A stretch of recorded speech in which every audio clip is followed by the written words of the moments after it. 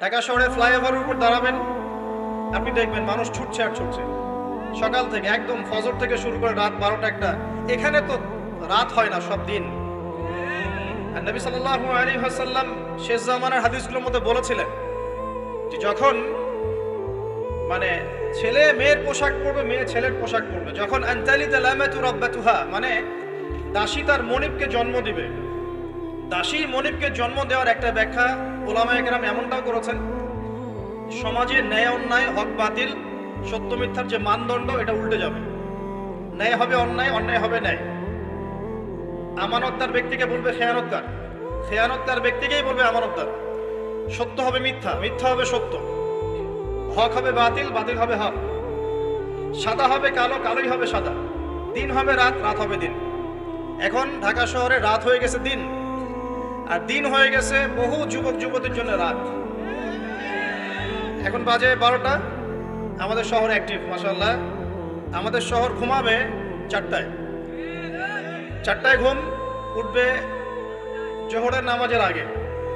Lunch করে না এখনকার মানুষ, ব্রেকফাস্টটাই লাঞ্চ। তো আনতালিতা লামাতু রাব্বাতুহা এর গভীর ব্যাখ্যা আছে। আল্লাহ পাকের হালালকে এই বস্তুবাদী সভ্যতায় হারাম করা হচ্ছে এবং আল্লাহ পাকের হারামগুলোকে হালাল করে নেওয়া হচ্ছে। আমরা এই দর্শনটা পেয়েছি পশ্চিমা দর্শন থেকে। পশ্চিমা সভ্যতায় প্রথম সারা বিশ্বে এই বস্তুবাদিতা ছড়িয়ে দিয়েছে। এটা একটা ভয়ঙ্কর জিনিস, যেটা আপনাকে পরকাল থেকে ডিমোটিভেটেড করছে।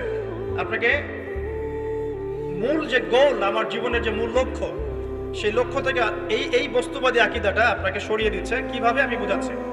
আল্লাহ পাক কয়েকটা অ্যাম্বিশন দিয়ে পাঠিয়েছেন দুনিয়াতে আমাদেরকে। তার মধ্যে প্রথমটা হচ্ছে সূরা জারিয়াত আয়াত নাম্বার 56। এটা প্রথম। কি এটা? আল্লাহ পাক বলছেন ওয়ামা খালাকতুল জিন্না ওয়াল ইনসা ইল্লা লিয়াবুদুন। বা'দা আউযু বিল্লাহি মিনাশ শাইতানির রাজীম। ওয়ামা খালাকতুল জিন্না ওয়াল ইনসা ইল্লা লিয়াবুদুন।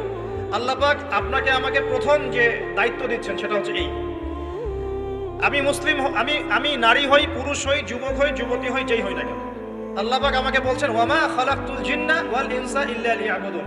দেখো, আমি জিন আর মানব জাতিকে শুধুমাত্র আমার ইবাদত করার জন্যই দুনিয়ায় পাঠিয়েছি, আর কোনো কারণ নাই। এই যে আল্লাহ পাক আমাদেরকে 60 বছর 70 বছর হায়াত দিয়েছেন, একটা কারণ, অনলি একটা, ইল্লা লিয়াবুদুন, যাতে আমরা আল্লাহর ইবাদত করতে পারি। আবার বলেন আল্লাহ পাক আমাদেরকে দুনিয়াতে শুধু তার ইবাদত করতেই পাঠিয়েছে। আল্লাহ পাক এখানে একটা পরীক্ষায় ফেল করেছি, হতাশ হয়ে আত্মহত্যা করতে পারেন নাই। আল্লাহ পাক এখানে একটা মেয়ের পিছনে ঘুরে জীবন নষ্ট করতে পারেন নাই। আল্লাহ পাক এখানে আমাদেরকে ধর্ষণের সেঞ্চুরি করতে পারেন নাই। আল্লাহ পাক এখানে আমাদেরকে অন্যায়ভাবে অন্যের সম্পদ আত্মসাৎ করতে পারেন নাই। মাদকের যে ভয়াল থাবা চলছে, এর মধ্যে নেশায় বুধ হয়ে যাওয়ার জন্য আল্লাহ পাক আমাদেরকে পাঠান নাই। কি জন্য পাঠিয়েছে? পলিটিক্যাল মারামারি করতে আল্লাহ পাঠান নাই আমাদেরকে দুনিয়ায়।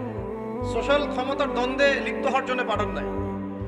মিলস, ইন্ডাস্ট্রিজ এন্ড ফ্যাক্টরিজ এর নেশায় বুধ হয়ে পরকাল ভুলে যাওয়ার জন্য আল্লাহ এখানে পাঠান নাই।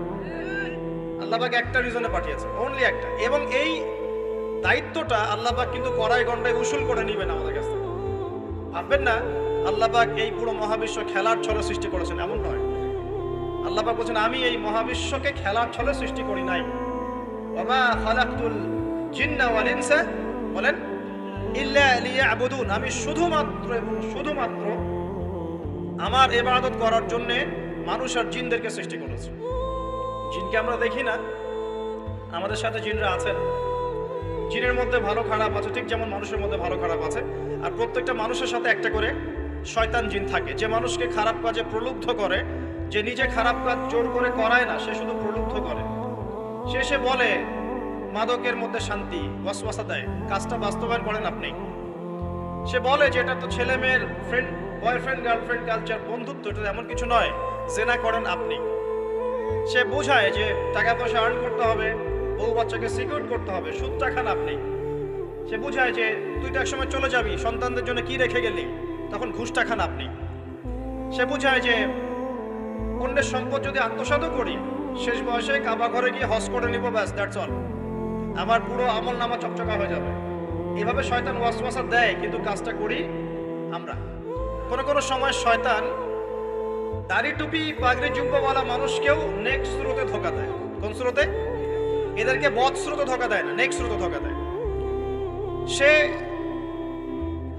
একটা কাজকে কল্যাণ খায়ের মনে করেই এমন কিছু করে যেটা শয়তান তার সামনে ফুটিয়ে তোলে নেক হিসেবে, কিন্তু আসলে এর পিছনে একটা খারাপ উদ্দেশ্য ছিল। দাড়ি টুপিওয়ালা মানুষকে নেক সুরতে শয়তান ধোঁকা দিয়ে ফেলে। কোনো সময় ভিতরে অহংকার জন্ম দিয়ে দেয়, কোনো সময় ডিগ্রি সার্টিফিকেটের গামান্ড নিয়ে আসে, কোনো সময় নারী দিয়ে পথভ্রষ্ট করে ফেলে, আর কোনো সময় অর্থের প্রলোভন দিয়ে পথভ্রষ্ট করে ফেলে। তো শয়তান কিন্তু কাউকে ছাড়ে না। আমি মূল জায়গায় আসি। প্রথম যে জিনিসটা এই বিশ্বটাকে ধ্বংস করছে এটা হলো বস্তুবাদিতা, যেটা আমাদের এই সমাজের মধ্যে এখন রন্ধ্রে রন্ধ্রে ঢুকে গেছে।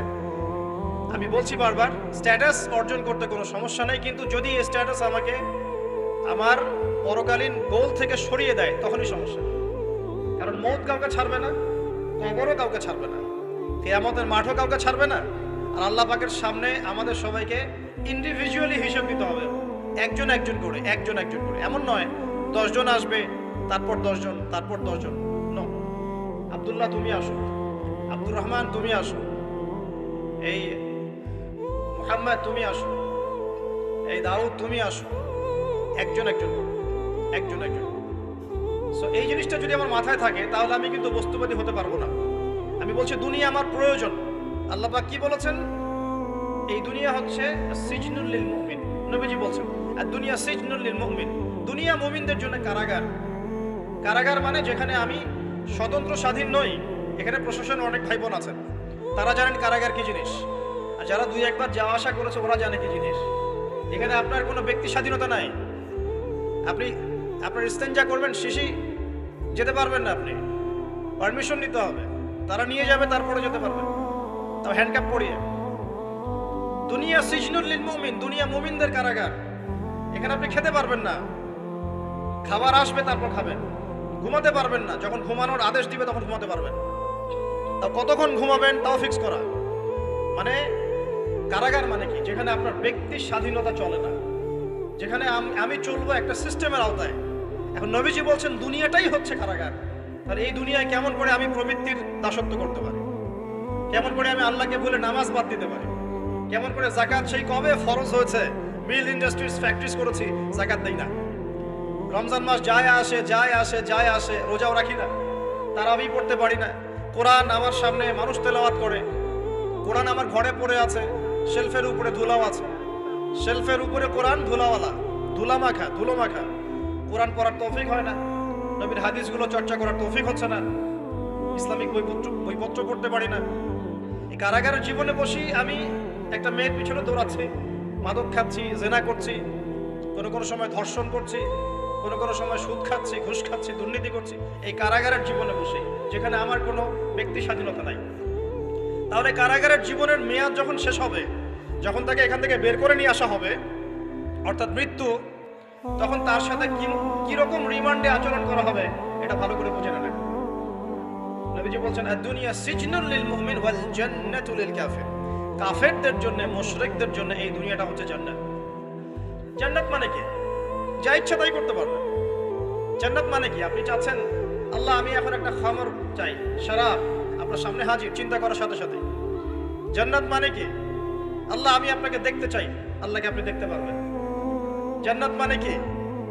আপনি মধুর নহর, দুধের নহর, পানির নহর, শরাবের নহর, হুরুন ঈন চতুর্দিকে ঘোরাফেরা করছেন। একজন নিম্নমানের জান্নাতি, মানে সবচেয়ে শেষের দিকে যারা জান্নাতে যাবে, তাদের সাথেই 2 জন করে হুরুন ঈন, আহাল পরিবার তো আছেই, গিলমান পানপাত্র নিয়ে চারপাশে ঘোরাফেরা করে। জান্নাত মানে কি? যেখানে যা ইচ্ছা তাই করা যাবে, বলার কেউ নাই, বাধা দেওয়ার কেউ নাই, সেখানে কোনো মৃত্যু নাই, সেখানে কোনো অহেতুক কথাবার্তাও নাই, কোনো গান গল্প নাই, কোনো মিথ্যা নাই, কষ্টের ক্লেশ মাত্র নাই, থুতু ফেলতে হবে না। জান্নাত মানে থুতু ফেলতে হবে না। জান্নাত মানে হাঁচি হবে না, নাক ঝাড়তে হবে না। জান্নাত মানে ইস্তেঞ্জা, পেশাব পায়খানা করার টেনশন নাই। মানুষ খাবার খাবে, একটা ঢেকুর তুলবে, ব্যাস খাবার হজম হয়ে গেছে। আর জান্নাতের সবচেয়ে বড় বিষয়টা কি? আল্লাহ পাককে আমরা এই চোখ দিয়ে দেখতে পারবো ইনশাআল্লাহ। আর তার সমকক্ষ একটা বিষয় হচ্ছে আল্লাহ পাক বলে দিবেন যে আমি তোমাদের সবার উপর সন্তুষ্ট হয়ে গেলাম, যাও কোনোদিন অসন্তুষ্ট হবে। ব্যাস দ্যাটস অল। এখন আপনি যত কিছুই করেন এই বস্তুবাদী জীবনে, মনে একটা ভয় থেকে যাবে। আপনি বিশ্ব নেতা হয়েছেন, বড় শিল্পপতি হয়েছেন, পলিটিশিয়ান হয়েছেন, ইকোনমিস্ট হয়েছেন, মনে একটা ভয় থেকে যাবে যে মরতে আমাকে হবেই, দেখতে আল্লাহ আমাকে ধরবেই, হিসেব আমাকে দেওয়া লাগবেই, কবরে আমাকে একাই যাওয়া লাগবেই, আমাকে কিয়ামতের মাঠে দাঁড়াতে হবে আল্লাহর সামনে। মনে একটা ভয় কাজ করে, যদিও বাইরে মানুষ দেখায় যে কোনো ভয় নাই। মানুষ বাইরে অভিনয় করে, মানুষ সমাজের মানুষের সাথে বাইরে একটা অভিনয় করে। কোন কোন ক্ষেত্রে আমরা নিজেরাই নিজেদের সাথে অভিনয় করি। কথা সাহিত্যিক হুমায়ুন আহমেদের নাম শুনেছিলেন? শুনেছেন? ইন্তেকাল করেছেন। একটা সময় ছিল আমরা স্কুলে পড়তাম, কলেজে পড়তাম, মাঝে মাঝে টুকটাক বইপত্র পড়া হয়েছে, হিমু, মিসির আলী এসব পড়া হয়েছে, শরৎচন্দ্র, বঙ্কিমচন্দ্র, রবীন্দ্রনাথ, নজরুলের কবিতাগুলো, ইভেন শেক্সপিয়ার, অ্যাডাম স্মিথ সহ, যিনি অর্থনীতির জনক। যাই হোক, তিনি তার বইয়ের মধ্যে লিখেছিলেন যে এই পুরো দুনিয়াটা হচ্ছে অভিনয়ের মঞ্চ। কথা সাহিত্যিক, তিনি বলছেন তার মতো করে এই পুরো দুনিয়াটাই অভিনয়ের মঞ্চ, আর আমরা সবাই নিজ নিজ জায়গায় অন্যের সাথে অভিনয় করছি। কোনো কোনো ক্ষেত্রে আমরা নিজেরা নিজেদের সাথে অভিনয় করছি। তিনি বলছিলেন আমরা সবাই অভিনেতা, আর সবচেয়ে বড় অভিনেতা হচ্ছে পলিটিশিয়ানরা, কারণ তাদেরকে অনেক বড় মঞ্চে অভিনয় করতে হয়। এটা আমার কথা না, হুমায়ুন আহমেদের কথা, পড়ে দেখেন তো। আল্লাহ পাক পাঠিয়েছেন তার ইবাদত করতে, আর এই বস্তুবাদী জগৎ আমাদেরকে ভুলিয়ে দিল কিভাবে? কয়েকটা প্রলোভন দিল। প্রথম প্রলোভন হচ্ছে টাকা, তারপরে জীবনে কি করব প্রতিষ্ঠিত হওয়ার চিন্তা, তারপরে চাই চাই আরো চাই এই একটা আকীদা দর্শন, তারপরে আমার স্ত্রী সন্তান আহাল পরিবারের কি হবে, আর আরেকটা দর্শন আছে, এটাকে বলে চারবাক দর্শন। এবং দুঃখের সাথে বলতে হয় আমাদের রবীন্দ্রনাথ ঠাকুর কিন্তু এই দর্শনের মানুষ ছিলেন। চারবাক কিরকম? তার কবিতা পড়লে দেখবেন লেখা আছে, দুহাতে যা পাও হাত পেতে নাও, দুহাতে যা পাও হাত পেতে নাও, বাকির খাতা শূন্য থাক, বাকির খাতা শূন্য থাক। ঠিক চারবাক দর্শন, এটা ফিলোসফি পড়েছেন, এখানে অনেক টিচারও আছেন আমি জানি, তারা এই কথাগুলো বুঝবেন। চারবাক দর্শন কেমন? ঋণ করে ঘি খাও, ঋণ করে ঘি খাও, যতদিন বাঁচবে সুখে বাঁচবে, এটা হলো চারবাক দর্শন। তো দুহাতে যা পাও হাত পেতে নাও, বাকির খাতা শূন্য থাক, মিল আছে না? ঋণ করে হলো ঘি খান, যেভাবে হোক ঘি খান আপনি, মানে ঋণ করে হলো ঘি খান, যতদিন বাঁচবেন সুখে বাঁচবেন। তাহলে এই দর্শনগুলো বস্তুবাদী না? বুঝতে পারছেন কিনা? ম্যাটেরিয়ালিজম, বস্তুবাদিতা, মানে আপনি চোখের সামনে যা দেখছেন এই দুনিয়া, যেভাবে হোক অর্জন করে নেন, বাকির খাতা শূন্য থাক। ইসলামিক কনসেপ্ট এ টোটাল ডিফারেন্ট কনসেপ্ট। ইসলামের ঈমান, আকীদা, ইসলাম, পরকাল, মুহাম্মদ সাল্লাল্লাহু আলাইহি ওয়াসাল্লামের আদর্শ সম্পূর্ণ ডিফারেন্ট। আমরা বলি কি এই দুনিয়াতে আমরা মুসাফির, দুনিয়াতে আমরা কি মুসাফির, কে কতদিন থাকবো কোনো ঠিক নাই। নবীজি বলছেন, হে আব্দুল্লাহ বিন ওমর, তুমি দুনিয়াতে মুসাফিরের মতো থাকো, সকালবেলা উঠলে সন্ধ্যার অপেক্ষা করো না, সন্ধ্যাবেলা হলে সকালের অপেক্ষা করো। দর্শনের মধ্যে কত পার্থক্য না, আকাশ পাতাল পার্থক্য না? এখন যদি এই বস্তুবাদী দর্শন দিয়ে আপনি চলাফেরা করেন, তাহলে তো আপনার লাইফের অ্যাম্বিশন হবে একটা ফ্ল্যাট, আর ওটা এনি হাও আপনাকে অ্যাচিভ করতে হবে, legal way or illegal way, আপনাকে অ্যাচিভ করতেই হবে, অ্যাচিভ করতেই হবে, যেহেতু আপনার মোটিভটা হচ্ছে ম্যাটেরিয়ালিজম, বস্তুবাদিতা। আর নবী সাল্লাল্লাহু আলাইহি ওয়াসাল্লাম কি বলছেন? সকালে ঘুম থেকে উঠলে সন্ধ্যার অপেক্ষা করো না, সন্ধ্যাবেলায় থাকলে সকালের অপেক্ষা করো না। তুমি দুনিয়াতে মুসাফিরের মতো থাকো, তোমার যতটুকুতে দুনিয়া চলে যায় এতটুকুতে সন্তুষ্ট থাকো। নবীজি আরো বলছেন, তুমি কখনো উপরের দিকে চোখ দিয়ে হেঁটো না, রাস্তায় যখন হাঁটবে উপরের দিকে দেখো না, যারা তোমাদের উপরে আছে ওদের দিকে দেখো না, বরং তুমি দেখো যে তোমার নিচে কারা আছে। আবার বলছি, নবীজি বলছেন, তোমরা হাঁটবে যখন রাস্তায় চলাফেরা করবে, তোমাদের উপরের দিকে দেখবে না যে তোমাদের উপরে কারা আছে, অলওয়েজ দেখবা তোমাদের নিচে কারা আছে, তোমাদের চেয়ে খারাপ কারা আছে। এক ভাইকে আপনি দেখবেন আপনি সুস্থ, তার হাত নাই, আরেক ভাইকে দেখবেন আপনি সুস্থ, তার চোখ নাই। এক ভাইয়ের পা প্যারালাইজড হয়ে গেছে, এক ভাইয়ের বডি প্যারালাইজড, একজন হার্টের রোগী, একজন ডায়াবেটিসের রোগী, আপনি সুস্থ আছেন, অথচ ওই ব্যক্তির অনেক টাকা পয়সা আছে, আপনার নাই। এখানে কে ধনী বলেন দেখি, আপনি না সে? আপনার সুস্থতা আছে। আরেক ভাইয়ের অনেক বড় বড় ফ্ল্যাটস, কিন্তু আপনার এতটুকু নাই, ছোট্ট একটা বাসা। আপনার কষ্ট লাগে, আমারও যদি এমন হতো। ওই বাসায় গিয়ে দেখলেন যে ইন্টারনালি সেই ব্যক্তি সুখে নাই, তার পরিবারে অশান্তি, তার পরিবারে হৃদ্যতা ভালোবাসার বন্ধন নাই, আপনার পরিবারে আছে। একটা রিক্সাওয়ালা সারাদিন রিক্সা চালিয়ে 500-1000 টাকা আর্ন করে বাসায় চলে গেল, গিয়ে বাসা আলু ভর্তা, ডিম ভাজা, ডাল দিয়ে ভাত খাচ্ছে, সুখে আছে, দিব্যি বউয়ের সাথে গল্প করছে, চাঁদ দেখছে। আর সেই তো কবে আপনি ওয়াইফ কিনে চাঁদ দেখেছেন ঠিক নাই। আপনি টাকা অর্জন করার নেশায় বছরের পর বছর স্ত্রী থেকে দূরে আছে, দেখারই সৌভাগ্য হয় না। আসলে সুখ কাকে বলে, সুখটা কি জিনিস, ঢাকাবাসীকে সুখ বোঝানো দরকার। সুখটা কি জিনিস? সুখটা হচ্ছে ইন্টারনাল পিস। যখন আপনি বা আমি নিজেকেও বলছি, যখন আমরা আল্লাহকে পাবো, আল্লাহ পাকের ইবাদতের মধ্য দিয়ে, রাসূলের সুন্নতের মধ্য দিয়ে অল্পে তুষ্ট থাকতে পারবো, যা আছে এতে শুকরিয়া আদায় করব, আপনার চেয়ে সুখী মানুষ দুনিয়াতে কেউ নাই দুনিয়াতে। কিন্তু বস্তুবাদিতা আপনাকে এই আকীদা ও আদর্শ থেকে সম্পূর্ণ ডিমোটিভেট করে দেবে। আপনাকে খালি চাই আরো চাই, ওই যে দু হাতে যাবো হাত পেতে নাও, বাকির খাতা শূন্য থাক। আর আমাদের দর্শন দু হাতে যাবো হাত পেতে নাও না, বরং দুনিয়াতে যতটুকু পাও এতটুকুতে সন্তুষ্ট থাকো, বাকির খাতা শূন্য থাক না, বাকির খাতা পূর্ণ হোক। মানে পরকালটা বাকির খাতা না, পরকালের বাকির খাতাটা পূর্ণ হোক। প্রয়োজনে দুনিয়ার সব চলে যায় যাক, প্রয়োজনে দুনিয়ার সব যদি চলেও যায় যাক, তারপরে বাকির খাতা কি হোক? পূর্ণ হোক। এটাই আল্লাহ রাব্বুল আলামিন সূরা আ'লার মধ্যে বলছেন, বাল তুসিরুনাল হায়াতাদ দুনিয়া, তোমরা এই দুনিয়ার জীবনটাকেই প্রাধান্য দিয়ে থাকো। ওয়াল আখিরাতু খায়রুন ওয়া আবকা, কিন্তু আখিরাত হচ্ছে সবচেয়ে উত্তম এবং চিরস্থায়ী।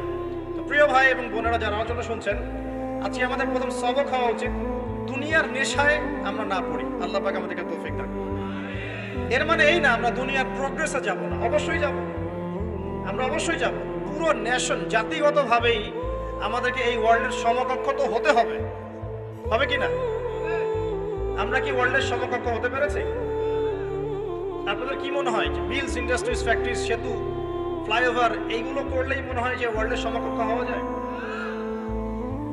প্রত্যেক জনগণ ভিতর থেকে সুখী কিনা, তাদের অন্ন, বস্ত্র, চিকিৎসা, শিক্ষা, বাসস্থান, এই যে মৌলিক চাহিদা, বেকারত্ব ঘোচানো, 3 বেলা খেয়ে পরে বাঁচা, জীবনের অধিকার, সিকিউরিটি, এই জিনিসগুলো আমাদের নিশ্চিত হচ্ছে কিনা, এটা হচ্ছে আপনার উন্নতির মানদণ্ড। উন্নতির মানদণ্ড কি? আমরা এখন যেখানে আছি না, 1776 সালে অ্যাডাম স্মিথ তার চেয়ে আগের জায়গায় ছিলেন। 1776 সালে অ্যাডাম স্মিথ একটা বই লিখেছেন, তার নাম হচ্ছে যে দ্য ওয়েলথ অফ নেশন, এই কিভাবে একটা রাষ্ট্রের ওয়েলথ ফাংশন করে। ওই 1776 সালে তিনি যে চিন্তাগুলো করেছেন, এখন পর্যন্ত আমরা সেই চিন্তা বাস্তবায়ন করতে পারি নাই। 1776 সালের চিন্তা, কিন্তু ওই চিন্তা বাস্তবায়ন করেছে পশ্চিমারা। পশ্চিমা সভ্যতা যেটা আপনি দেখছেন দাঁড়িয়ে আছে, এই একটা বইয়ের উপর দাঁড়িয়ে আছে। যেমন একটা এক্সাম্পল দিই, আলোচনাটা কঠিন হয়ে যাবে, অন্যদিকে যাব। আমরা মনে করি যে অর্থনীতি আমরা নিয়ন্ত্রণ করব, ঠিক আছে, অর্থনীতির পুরো বিষয়গুলো আমরা নিয়ন্ত্রণ করে আমরা সমৃদ্ধি নিয়ে আসবো। আসলে বিষয়টা কি জানেন? অর্থনীতির নিজের একটা ফ্লো আছে, ও নিজেই নিজেকে নিয়ন্ত্রণ করে, এবং তার উপর একটা ইনভিজিবল হ্যান্ড থাকে, অদৃশ্য হাত, যেটা আমরা বলি আল্লাহ রাব্বুল আলামিন। আল্লাহ রাব্বুল আলামিন এই পুরো অর্থনীতিকে নিয়ন্ত্রণ করে। আমরা যখন সেটাকে ইন্টারফেয়ার করতে যাব, তখন ইকোনমি কলাপস করে যাব। এই যে করছে কলাপস। আরো ব্যাপার আছে, শুধু ব্যবসা, অর্থনীতি, এক্সপোর্ট ইম্পোর্ট, এগুলোকে তিনি জাতির মানদণ্ড বলতেন না। তিনি বলতেন যতক্ষণ পর্যন্ত জাতির প্রত্যেক ব্যক্তির মধ্যে এথিক্স না আসবে, নীতি যতক্ষণ পর্যন্ত না আসবে, আপনি করাপশন থামাতে পারবেন না। তাই হয়েছে না? শুধু ব্যবসা না, আদর্শ কতটুকু আছে। এই যে আপনি দেখছেন বিভিন্ন জায়গায় ভেজাল খাবার খাওয়াচ্ছে, ওদেরকে টাকার অভাব আছে? ওদের টাকার কিন্তু অভাব নাই। নেম ফ্রেমের কোনো ঘাটতি আছে? এস্টাবলিশড বিজনেস, তাহলে কেন আপনাকে ভেজাল খাওয়াবে? কারণ তার মধ্যে এথিক্স নাই, নীতি নাই। এই জন্য জাতির প্রত্যেক সদস্যকে, মানে প্রত্যেক জনগণের প্রত্যেককেই আগে নীতিগত শিক্ষা দেওয়া উচিত। আর এই কাজটাই করে ইসলাম। সুবহানাল্লাহ। এই এথিক্স এবং নীতি শেখায় কে? ইসলাম। ইসলামের যে সার্বজনীনভাবে এবং যুগোপযোগীভাবে কেউই এথিক্স শেখাতে পারবে না। কাগজে কলমে অনেকে অনেক কথা বলতে পারে, প্র্যাকটিক্যালি শেখাবে কে? ইসলাম। এখন বলতে পারেন তাহলে মুসলিমদের মধ্যে দুর্নীতি কেন, মুসলিমদের মধ্যে কেন এই সমস্যাগুলো হয়? উত্তর একটাই, ওই যে স্যার বলে গেলেন আমি বিভিন্ন ওয়াজে যে এক এক জায়গায় এক এক কথা বলে। উত্তরটা কি? উত্তরটা হচ্ছে যে কোরআন এবং সুন্নাহর সঠিক যে শিক্ষাটা আছে, এই শিক্ষাটা আমরা অনেকেই বাস্তবায়ন করতে পারছি না। এটা আমাদের ব্যর্থতা। এটা কাদের ব্যর্থতা? এটা আমাদের ব্যর্থতা। এখানে আমাদের ব্যক্তি স্বার্থ থাকতে পারে, এখানে আমার জ্ঞানের স্বল্পতা থাকতে পারে, আমার ভিতরে অহংকার থাকতে পারে, বা আমি অল্প শিক্ষিত হতে পারি, এবং এমন হতে পারে আমার জ্ঞানটা যুগোপযোগী না। ইসলামিক জ্ঞান আমার মধ্যে আছে, কিন্তু কিভাবে এই জ্ঞান দিয়ে ওয়ার্ল্ডকে ডিল করবো এই জ্ঞানটা আমার মধ্যে নেই। এই কারণে আমরা হয়তোবা ইসলাম কোরআন সুন্নাহ হাতে থাকার পরেও এই সমস্যাগুলো ফেস করছি। প্রথম সমস্যা হচ্ছে বস্তুবাদিতা। আল্লাহ পাক আমরা সবাইকে যারা আলোচনা শুনছি দুনিয়ার প্রেমিক হওয়া থেকে বাঁচাক বলি আমি। দুনিয়ার প্রেমিক না, প্রেমিক হবো কার? আল্লাহর, আখিরাতের। কতটুকু দাম আছে দুনিয়ার? আল্লাহ পাক বলছেন একটা মাছির পাখার সমানও না। একটা মাছির পাখার কি দাম আছে আপনার কাছে? আল্লাহ পাক বলছেন পুরো দুনিয়ার দাম আমার কাছে যদি একটা মাছির পাখার সমান হতো, তাহলে এই দুনিয়াতে কোনো কাফের মুশরিক পানি পান করতে পারতো না। তার মানে এই দুনিয়াতে যা করো করো, আমার তো কোনো দামই নাই দুনিয়া। কালকেই তো আমি দুনিয়া ধ্বংস করবো। আর ওই যে দুই জাতির কথা বললাম, জিন এবং মানব জাতি, আপনারা সূরা আর রহমান পড়বেন। রহমান নামটা অনেক ব্যাপক, দয়াময়ের নাম, তার মানে আল্লাহ পাক মার্সিফুল, মোস্ট মার্সিফুল। কিন্তু এই সূরা আর রহমানেই একটা ভয়ঙ্কর আয়াত আছে, কি? সানাফরুগু লাকুম আইয়ুহাস সাকলান। হে মানুষ এবং জিন, হে মানুষ এবং জিন, শীঘ্রই আমি তোমাদের দুইটা জাতিকে ডিল করার জন্য ফারেক হচ্ছি, অপেক্ষা করতে থাকো। মানে আল্লাহ পাক কুল্লু ইয়াউমিন হুয়া ফি শাআন, মানে আল্লাহ পাক কি করেন? সব সময় তার কাজে ব্যস্ত আছেন। মহাবিশ্বের তো গ্রহ নক্ষত্র গ্যালাক্সির অভাব নাই, মাখলুকের কোনো অভাব নাই। আল্লাহ পাক প্রত্যেকটা মুহূর্তেই তার কাজে ব্যস্ত আছেন, তার কাজে শানে ব্যস্ত আছেন। কিন্তু এই ব্যস্ততা থেকে ফারেক হবেন কাদের জন্য? মানুষ আর জিনের জন্য। সুবহানাল্লাহ, মানুষ আর জিনের জন্য। আল্লাহ পাক বলেন সানাফরুগু লাকুম আইয়ুহাস সাকলান। দাঁড়াও, দুনিয়ার মধ্যে এইসব করে বেড়াচ্ছ, তোমাদের দুই জাতির জন্য আমি অচিরে ফারেক হব ইনশাআল্লাহ। ওইটাই হলো কিয়ামতের দিন। যদি ওই দিনটা আমরা মাথায় রেখে চলি, ইনশাআল্লাহ আমরা কেউ বস্তুবাদী হব না ইনশাআল্লাহ। আল্লাহ পাক আমাদের সবাইকে দুনিয়া মুসাফিরের মতো থাকার তৌফিক দান করুন। আমরা উন্নতি করব, অবশ্যই অগ্রগতি করব, আমরা সবকিছুই করব, কিন্তু দুনিয়ার পূজায় ডুবে যাব না। এটা একটা বড় চ্যালেঞ্জ।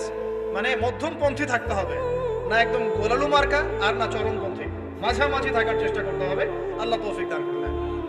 ঢাকাবাসীর জন্য এর চেয়ে বড় কোনো নসিহত হতে পারে না। আর ঢাকা থেকে, ঢাকার মতো যত মানে সিটিজ, মেগা সিটিজ আছে সারা ওয়ার্ল্ডে, তাদের জন্য এটাই প্রথম নসিহত, বস্তুবাদিতা ত্যাগ করতে হবে। বস্তুবাদিতা। আল্লাহ পাক আমাদের সবাইকে বাকির খাতা পূর্ণ করার তৌফিক দান করুন। এখন একটা লক্ষ্য পেলাম, কি জন্য দুনিয়া এসেছি? আল্লাহর ইবাদত করার জন্য। এখন অনেকে ভুল বুঝে প্রশ্ন করতে পারে, তাদের জ্ঞানের স্বল্পতা। আমি ওদেরকে দোষারোপ করব না, কারণ আমাদের শিক্ষার সমস্যা আছে। আমরা তো সবার মাঝে ইসলামিক সার্বজনীন শিক্ষা দিতে পারছি না। এই কারণে অনেকে প্রশ্ন করতে পারে, তাহলে কি সারা জীবন আল্লাহ বিল্লাহি করতে হবে? আমি কি সারা জীবন তাসবিহ, তাহলিল, জিকির, আজকার, নামাজি পড়ে বেড়াবো? তাহলে এটা হলো তার ভুল বুঝ। এই আয়াত সম্পর্কে ভুল ব্যাখ্যা। সঠিক ব্যাখ্যাটা কি? সঠিক ব্যাখ্যা হচ্ছে সূরা হাশরের 7 নম্বর আয়াত। কত নম্বর? সূরা হাশর 7 নম্বর আয়াত। আল্লাহ পাক বলেন, ওয়ামা আতাকুমুর রাসূলু ফাখুযুহু। রাসূলুল্লাহ সাল্লাল্লাহু আলাইহি ওয়াসাল্লাম তোমাদেরকে যা যা দিয়েছেন সব নিয়ে নাও। ওয়ামা নাহাকুম আনহু ফান্তাহু। রাসূল যা থেকে বিরত থাকতে বলেছেন সমস্ত বিষয় থেকে দূরে থাকো। এখন এই আয়াতটাকে সামনে রেখে কোরআন সুন্নাহকে যদি আমরা ঘাঁটি, আমরা দেখব রাসূলুল্লাহ সাল্লাল্লাহু আলাইহি ওয়াসাল্লাম পেশাব, পায়খানা, ইস্তেঞ্জা করা থেকে শুরু করে রাষ্ট্র চালানো পর্যন্ত প্রতিটা কাজের হেদায়েত দিয়ে গেছেন। আলহামদুলিল্লাহ। এটা কেউ মানি বা না মানি, দিয়ে গেছেন, এটা বিশ্বাস করতে হবে। আমল করতে পারি বা না পারি, নবী দিয়ে গেছেন, বিশ্বাস করতে হবে। দলিল চাচ্ছেন, আপনি সহিহ বুখারী খোলেন, মুসলিম খোলেন, তিরমিজি, নাসাই, আবু দাউদ এগুলো খোলেন, দেখবেন আপনি ইস্তেঞ্জা করবেন কিভাবে, বসবেন কিভাবে, ঢোকার সময় কোন পা দিয়ে ঢুকবেন, বের হওয়ার সময় কোন পা দিয়ে বের হবেন, ইস্তেঞ্জা করার সময় কথা বলতে পারবেন কিনা, কতটুকু বলতে পারবেন, গোসল কেমন করে করবেন, ওযু কিভাবে করবেন, আপনি আগে কি পা থেকে শুরু করবেন নাকি হাত থেকে শুরু করবেন, কিভাবে নামাজ পড়বেন, আগে গিয়ে কি সাজদা করবেন নাকি একামত হবে, আজান হবে, আল্লাহু আকবার তাকবীর দিবেন? কিভাবে নামাজ শেষে বের হয়ে আপনি ব্যবসায় চলে যাবেন? কিভাবে আপনি ব্যবসা করবেন? কিভাবে চাকরি বাকরি করবেন? সমাজের মানুষের সাথে মেলামেশা করবেন? মানুষকে দিনের দাওয়াত দিবেন? ইভেন কিভাবে আপনাকে যদি আল্লাহ ক্ষমতা দেন, আপনি কিভাবে সোসাইটি মেনটেন করবেন, সমাজ এবং রাষ্ট্র মেনটেন করবেন, প্রতিটা হেদায়েত খুঁটিনাটি কোরআন এবং সুন্নাহ দিয়েছে আমাদেরকে। এই বিশ্বাস আগে রাখতে হবে। এই বিশ্বাস না রাখলে কেউ মুসলিম হতে পারবে না। I am very sorry to say, এই বিশ্বাস না করলে কেউ মুসলিম হতে পারবে না। আগে বিশ্বাস, তারপরে কাজ করতে পারেন কিনা সেটা পরের ইস্যু। এবং আমি বলে দিচ্ছি, এই যুগে আপনি 100% পারবেন না। সিম্পল, এই যুগে আপনি 100% পারবেন না, এটা স্বাভাবিক। কারণ এই পুরো বিশ্বটা তো আর ইসলামাইজড না। পুরো বিশ্ব কি ইসলামাইজড? বরং পুরো বিশ্বটা কুফরের উপর আছে। কিসের উপর আছে? পুরো ওয়ার্ল্ডটাই কুফরের উপর আছে, পুরো ওয়ার্ল্ডটাই। একটা এক্সাম্পল দিয়ে আমি প্রমাণ করতে পারি, একটা এক্সাম্পল খালি। আল্লাহ পাক বলছে সূরা মুলক, রাতের বেলা পড়তে হয় না সূরা মুলক? রাতের বেলা সূরা মুলক পড়তে হয়, যে পড়বে তার কবরের আযাব হবে না ইনশাআল্লাহ। কবরের আযাব থেকে আল্লাহ পাক তাকে বাঁচাবেন ইনশাআল্লাহ। সূরা মুলক তেলাওয়াত করতে হবে রাতের বেলা। এই সূরার প্রথম আয়াতে আল্লাহ বলেছেন তাবারাকাল্লাযী, বরকতময় সেই আল্লাহ, বিয়াদিহিল মুলক, যার হাতে পুরো মহাবিশ্বের ক্ষমতা। কার ক্ষমতা? তাবারাকাল্লাযী বিয়াদিহিল মুলক, বরকতময় সেই আল্লাহ যার হাতে পুরো মহাবিশ্বের ক্ষমতা, সার্বভৌমত্ব। ক্ষমতার বাংলা কি বলতে পারি আমরা? এটাকে ইংরেজিতে আপনারা কি বলেন? আপনারা বলেন সভরেন্টি। কি বলেন? সভরেন্টি বিলংস টু আল্লাহ। এখানে সভরেন্টি বিলংস টু কে? আল্লাহ। কিন্তু এই পুরো বিশ্বের সার্বভৌমত্বের মালিক কি এখন আল্লাহ বাকি আছে? মানুষ নিজের হাতে নিয়ে নিয়েছে। কথা বুঝতে পারছেন না? পুরো বিশ্বে আল্লাহর সার্বভৌমত্ব চলে এখন, মানুষের সার্বভৌমত্ব চলে এখন। তো পুরো ওয়ার্ল্ডটাই কুফরের উপর আছে না? বিশ্বটাই কুফরের উপর। এখন বাদ দেন, এই ওয়ার্ল্ডে আপনি 100% ইসলাম ডিল করতে পারবেন না, সিম্পল। কিন্তু আগে বিশ্বাস করেন যে একদম টয়লেট থেকে শুরু করে আসমান পর্যন্ত সবকিছুই হেদায়েত কোথায় আছে? কোরআন সুন্নাহ আছে কি নাই? এখন মানতে পারি না, সেটা আলাদা ইস্যু। কেউ বিশ্বাস করেছে, মানতে পারে না, আল্লাহ তাকে মাফ করে দিবে ইনশাআল্লাহ। বিশ্বাস করেছি, আমল করতে পারি না, হে আল্লাহ, আমল করতে গিয়েছি, প্রতিবন্ধকতা পেয়েছি, সমাজ এমন ছিল না, বিশ্ব এমন ছিল না, আমি পারি নাই, আল্লাহ মাফ করে দাও। ইনশাআল্লাহ আল্লাহ মাফ করে দিবেন ইনশাআল্লাহ। কারণ আল্লাহ পাক বলেছেন, কারো আমল নামায় যদি শিরকের পাপ না থাকে, যে কোনো গুনাহ আল্লাহ যাকে ইচ্ছা মাফ করে দিবেন। আমল নামায় খালি শিরকের পাপ রাখা যাবে না, যে কোনো গুনাহ আল্লাহ যাকে ইচ্ছা মাফ করতে পারেন। বুঝাচ্ছি, মনে করেন একজন জেনা করেছেন, আল্লাহ মাফ করুন। ওই জেনাকার ব্যক্তি যদি বিনা তওবাতেও মারা যায়, তওবা করে নাই, বিনা তওবাতেও মারা যায়, কাল কিয়ামতের মাঠে আল্লাহ পাক তাকেও মাফ করতে পারেন। আল্লাহু আকবার। কিন্তু একজন ব্যক্তি শিরক করেছে, তওবা না করে মারা গেছে, আল্লাহ তাকে মাফ করবেন। এখন শিরকের পাপ ছাড়া যে কোনো পাপ আল্লাহ মাফ করবেন ইনশাআল্লাহ। সো আগে আকীদা পোষণ করি যে হ্যাঁ, কোরআন সুন্নাহয় সবকিছুর সমাধান আছে আলহামদুলিল্লাহ। এখন আমি আমল করতে গিয়ে হয়তো পারছি না, এখন আমার বিশ্বাস চলমান বিশ্বের সাথে সাংঘর্ষিক হচ্ছে, এবং এই বিশ্বাসকে দমিয়ে দেওয়ার জন্য কি করা হচ্ছে? এই বস্তুবাদিতার মতো আদর্শগুলো আপনার সামনে তোলা হচ্ছে। এখানে উত্তরটা কি? এখানে উত্তরটা হচ্ছে, দেখুন, ইবাদত মানে শুধুমাত্র নামাজ, রোজা, হজ, যাকাত নয়। ইবাদত মানে শুধুমাত্র নামাজ, রোজা, হজ, যাকাত নয়, বরং আমার জীবনের প্রতিটা সেক্টরই ইবাদত বলে কাউন্ট হবে যদি আমি সেই কাজটাকে নবীর সুন্নাত অনুযায়ী করতে পারি। আমার কথা কি বুঝতে পারছেন? এই হলো ব্যাখ্যা, ওয়ামা খালাকতুল জিন্না ওয়াল ইনসা ইল্লা লিয়াবুদুন। আমি জিন আর মানুষকে শুধু আমার ইবাদত করার জন্যই সৃষ্টি করেছি। আপনার ইস্তেনজা করাটা ইবাদত। সুবহানাল্লাহ। আমার ইস্তেনজা করা কার প্রয়োজন? আমার না ইসলামের, না আল্লাহ পাকের? নাউজুবিল্লাহ। ইস্তেনজা কার জন্য করি? আমার প্রয়োজন। আমাকে এখন ইস্তেনজা করতে হবে, কষ্ট দিচ্ছে আমাকে। খাবার খাবেন, কার জন্য খাচ্ছেন? আমার জন্য নয় কি? আমার জন্য। আপনি ব্যবসা করছেন, কার জন্য? আমার জন্য, আমার স্ত্রী সন্তান, আমার পরিবারের জন্য। আপনি সমাজ চালাচ্ছেন কার জন্য? আপনার জনগণের জন্য। এখানে স্বার্থ কার? মানুষের না আল্লাহর? আমার স্বার্থ, আমার স্বার্থে আমি এই সব কাজগুলো করব, নবীর সুন্নাহ অনুযায়ী করব, তাহলে দুনিয়াবি কাজগুলোতেও আল্লাহ পাক নেকি দিয়ে দিবেন ইনশাআল্লাহ। কেমন দুনিয়াবি কাজ? স্ত্রী সহবাস করা, স্ত্রীর সাথে ভালোবাসা, প্রণয় বিনিময় করা। আপনি স্ত্রীর দিকে তাকিয়েছেন, নেকি হয়েছে। স্ত্রীর হাতটা ধরেছেন, নেকি হয়েছে। স্ত্রীকে আদর করেছেন, নেকি হয়েছে। তার মুখের মধ্যে ভাত তুলে দিয়েছেন, নেকি হয়েছে। আপনার ছেলেকে আদর করে কোলে নিয়েছেন, নেকি হয়েছে। মা ছেলেকে দুধ পান করাচ্ছে, নেকি হচ্ছে। আপনি ভাইকে 5টা টাকা দিয়ে সহযোগিতা করলেন, নেকি হচ্ছে। একজন এসে বসতে পারছে না, জায়গা ছেড়ে দিলেন, নেকি হচ্ছে। ইভেন রাস্তায় হাঁটছেন, এক মুসলিম ভাইয়ের সাথে সাক্ষাৎ হলো, সালাম দিলেন, মুচকি হাসি দিলেন, নেকি হয়ে গেল। তাহলে আমরা কিভাবে বলতে পারি যে ইসলাম কি শুধু নামাজ রোজা হজ জায়গাতেই স্বীকৃতি দেয়, এগুলো করতেই দুনিয়াতে আসছি, নাকি সব কাজই ইবাদত? আমার আলোচনা কি কঠিন হয়ে যাচ্ছে? আমাদের জীবনের প্রতিটা কাজই ইবাদত, যদি সেটা রাসূল সাল্লাল্লাহু আলাইহি ওয়াসাল্লামের সুন্নাহ মতো করা হয়। তিনটা জিনিস খেয়াল রাখতে হবে। কয়টা জিনিস ভাই? এক, সেই ইবাদত হতে হবে আল্লাহর সন্তুষ্টির জন্য। এই যে আমি স্ত্রীর মুখে ভাত তুলে দিচ্ছি, তার কাছ থেকে কিছু পাওয়ার আশায় নয়, আমি দিচ্ছি আল্লাহর সন্তুষ্টির জন্য।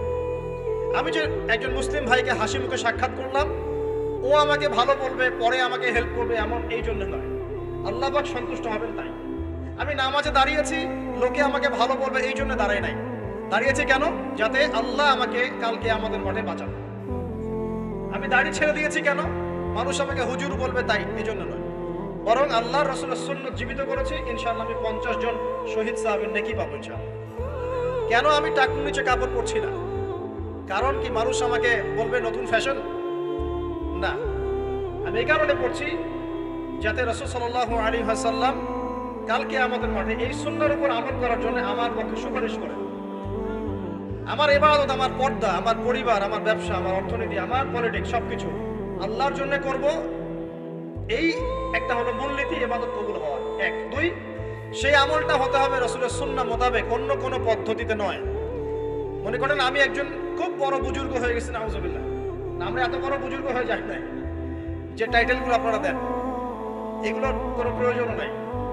এখন একজন বড় বুজুর্গ এসে যদি আপনাকে কোনো ইবাদতের পদ্ধতি শিখিয়ে দেয়, এই পদ্ধতিতে ইবাদত করা অনেক ভালো হবে, কিন্তু ওই পদ্ধতির সাথে রাসূলের এবং সাহাবীদের পদ্ধতির কোনো মিল নাই, মুখরোচক মনে হলো, দেখতে সুন্দর মনে হলো, এবং অনেক মানুষ তা করছে এরকম দলিল থাকলেও সেই কাজটা করা যাবে না। কারণ কি? কারণ সেই কাজটা রাসূল সাল্লাল্লাহু আলাইহি ওয়াসাল্লামের সুন্নাহ মাফিক হয়নি। আল্লাহ রাসূল করেন নাই, সাহাবীরা করেন নাই, বাস আমি করব। ইমামরাও করেন নাই, পরবর্তী জেনারেশনের কেউই করেন নাই। এখন যত ভালো টাটকা মজা লাগুক, দেখতে সুন্দর লাগুক, বহু মানুষ করছে, এইসব দলিলে ইসলাম টিকবে না। আল্লাহ পাক বোঝার তৌফিক দান। এক নম্বর শর্ত আল্লাহর সন্তুষ্টির জন্য হতে হবে। দুই নম্বর রাসূলের পদ্ধতিতে হতে হবে। তিন নম্বর খুব ডিফিকাল্ট, তিন নম্বরটা বেশি ডিফিকাল্ট। প্রথম দুইটা পার হয়ে গেলেও তিন নম্বরে গিয়ে আমরা আটকে যাচ্ছি আর কি। বলবো? রাগটাগ করবেন না তো? তিন নম্বর হচ্ছে রিজিক হালাল হতে হবে। রিজিক হালাল হতে হবে। পশ্চিমের আদলে গড়া এই পুরো বিশ্বের বেশিরভাগ মানুষের রিজিক এখন হারাম। কেন হারাম? কারণ কোনো না কোনো ভাবে আমরা সুদের সাথে সম্পৃক্ত হয়ে যাচ্ছি, কোনো না কোনো ভাবে।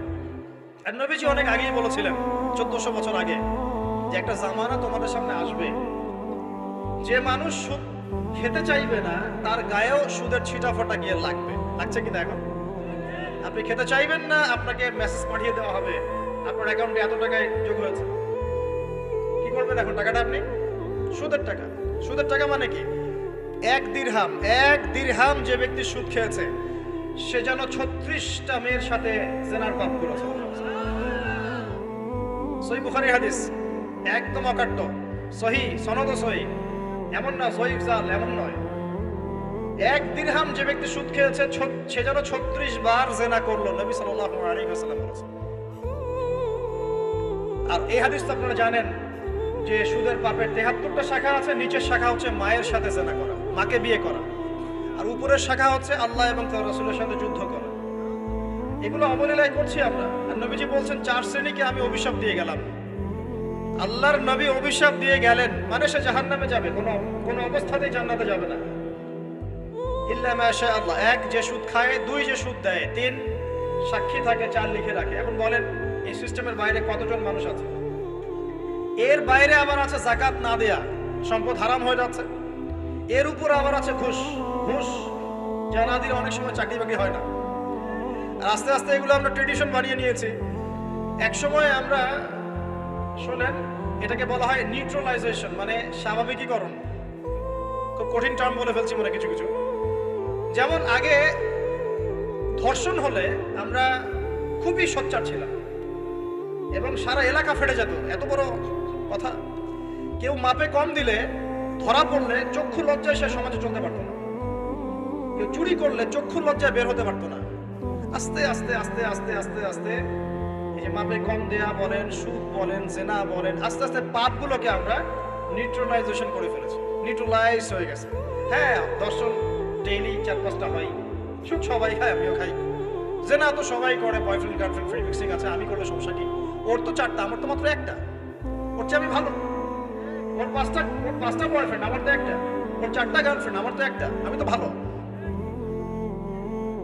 আমার ছেলে খুব ভালো, শুধু মাঝে মাঝে একটু ড্রিঙ্কস করে, ব্যাপারটা এরকম আর কি। তো এই যে পাপকে নিউট্রালাইজেশন করা হচ্ছে আস্তে আস্তে, স্বাভাবিকীকরণ, এই ফ্লোতে আমরা মোটামুটি সবাই পড়ে গিয়ে এখন রিজিক হারাম হয়ে যাচ্ছে। ঘুষ দিতে হয় না, চাকরি হবে না। আবার দেখেন, জাকাত না দেওয়ার মধ্য দিয়ে রিজিক হারাম করে ফেলছি, সুদ খাওয়ার মধ্য দিয়ে করছি, ঘুষ নেওয়ার মধ্য দিয়ে করছি, কোনো কোনো ক্ষেত্রে করাপশন, অন্যের সম্পদ আত্মসাতের মধ্য দিয়ে করছি। এর বাইরে যারা ব্যবসা করছি, আমরা যে দুধে দেওয়া তুলসী পাতা এমনও নয়, কোনো কোনো সময় মাপে কম দিচ্ছি। এই যে টাটকা জিনিস বলে ভেজাল খাওয়াচ্ছি, 3 দিনের বাসি তেল দিয়ে ইফতার রান্না করে খাওয়াই দিবে, বলবে একদম টাটকা জিনিস। রমজান মাস আসছে সামনে না, কত যে মানুষ বের হবে যারা তারাবির নামাজ পড়বে একদম 20 রাকাত, ওখানে রাকাত নিয়ে ঝগড়া হবে। ঠিক ওরাই যখন দেখবেন বিকালে দুপুরে ইফতার বিক্রি করবে, বিভিন্ন পণ্য বিক্রি করবে, দেখবেন যে দুনিয়ার বাসি পচা আপনাকে খাওয়াই দিবে। এই শ্রেণীর মানুষের ধারণা যে লা ইলাহা ইল্লাল্লাহ শুধু মসজিদে আছে, বাজারে নাই। এটা ধারণা, লা ইলাহা ইল্লাল্লাহ মুহাম্মাদুর রাসূলুল্লাহ, এটা মসজিদে আছে, বাজারে, সমাজে, অন্য জায়গায় নাই। এটা তাদের ধারণা। তাদের এই ধারণা অচিরেই ভাঙবে যখন মৃত্যুর দূত চলে আসবে, তখন বুঝবে লা ইলাহা ইল্লাল্লাহ একটা সার্বজনীন কালিমা, যেটা জীবনের সব ক্ষেত্রেই চলতে হবে। আল্লাহ পাক আমাদেরকে বোঝার তৌফিক দান করুন। ব্যবসা করছি আলহামদুলিল্লাহ, অ্যাটলিস্ট সুদ খাচ্ছি না। তবে এতটুকু মনে রাখবেন, ব্যবসায়ীদের অসততার কারণে, আমানতের খেয়ানতের কারণে একটা আযাব আসে। হাদিসের মধ্যে আসছে একটা আযাব আসে। নবীজি বলেছেন, যখন একটা জাতির ব্যবসায়ীরা মাপে কম দেওয়া শুরু করে, মিথ্যা কসম করে পণ্য বিক্রি করা শুরু করে এবং আমানতের খেয়ানত করে, তখন ওই জাতির উপর দুর্ভিক্ষ চাপিয়ে দেওয়া হয়।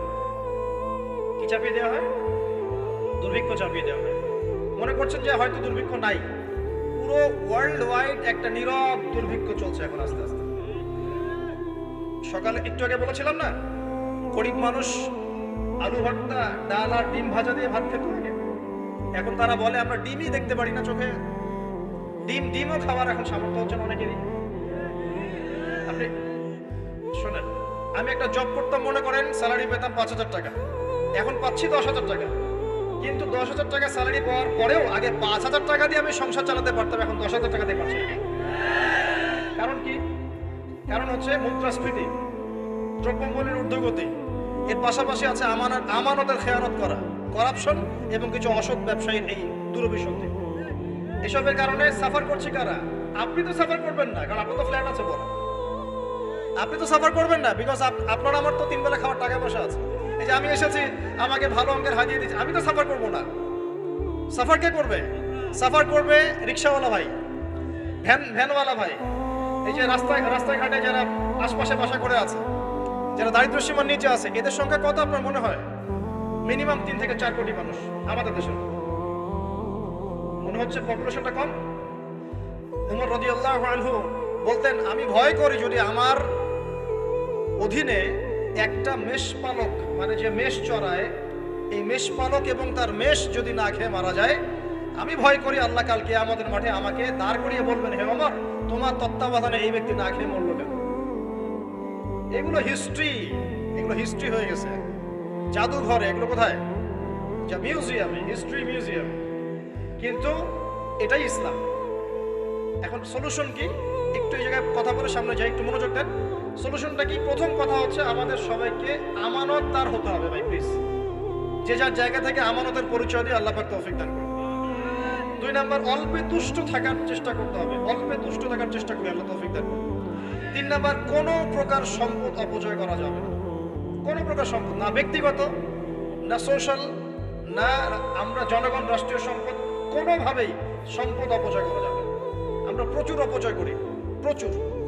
আমরা জনগণরাই করি। আমরা কি দুধে দেওয়া তুলসী পাতা মনে করছেন নাকি?